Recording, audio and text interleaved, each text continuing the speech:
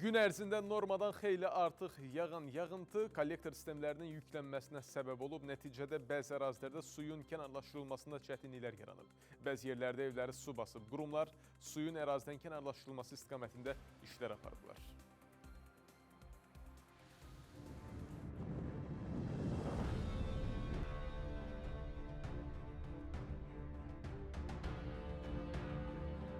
Rökbatan yolundayıq. Yolu su bastığı üçün yol bağlanıb. Sürücülərin dediyinə görə ağır tonnajlı yük maşını bu yolda aşıb. Belə ki, ərazidə qazıntı işləri aparılırmış və həmin əraziyə çox su dolduğu üçün bu əraziyə keçmək təhlükəlidir.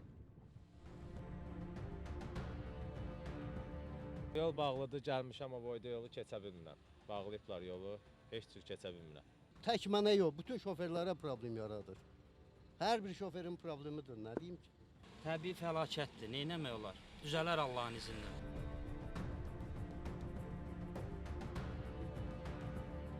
Qaradağ rayonu stansiya Heybət deyilən ərazidəyik. Buranda su basıb, su elə çoxdur ki, biz içəri gedib sizə evləri göstərə bilmirik. Sakinlər deyir ki, onların evi hardasa dizə qədər suya batıb və burada yaşamaq artıq mümkün deyil. Evlər hamısı sudur, uşaqlar suyun içində, nə bilim əşyalar suyun içində. Sabah bunlar xarab olanda heç kim gətirib bir manat da pul verməyəcək qardaş. Hamı öz hayındadır.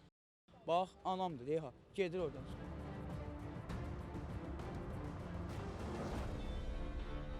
Evlər cübba bura kimi suyun içindəyik. Bunu 4 gündür bu da olmuşdu, qurumuşdu, təzən gündən həmə hadisə bir daha baş verdi. Elə bir ki, bura gözdən qıraq bir yerdir. Nətər demək, su gələndə gəlib çıxır o başa qədər, o mağazindən gəlib küçələrə qədər çıxır. Yoxsa bu tərəfdə olur, o tərəfdə olur. Bazarın içi dolur, yəni heç kim hərəkət olmur. Bura girmək mümkün deyil, ancaq yuxarı ilə. Avtobuslar da girmir heç bura. Kocasəl metro stansiyasının qarşısındayıq. Bu yolu da su basıb. İri şəhərlərin Birləşmiş Su Təchizatı Xidmətinin Su Kanal İdarəsinin əməkdaşları ərazidə iş görürlər. Burada vəziyyət daha da pis idi. Suyu çəkirlər.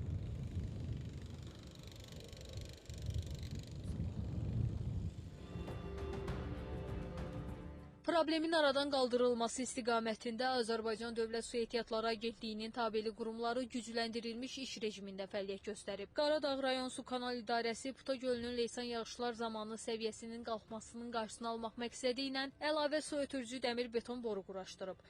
Bundan başqa Heydər Əliyev prospekti ilə Ağa Nemətullah küçəsinin kəsişməsindəki tunelin kənarında yağış xəttinə nasos aqreqat quraşdırılmaqla yağıntı nəticəsində yığılmış su kənarlaşdırılıb. Bakı-Ələt-Qazax magistral yolunun 16-cı kilometrliyində Maşdağa qəsəbəsində, Suraxanı rayonu Zığ qəsəbəsində avadanlıqlar vasitəsilə tutulma açılıb və ətrafa toplanan yağış suyu kənarlaşdırılıb.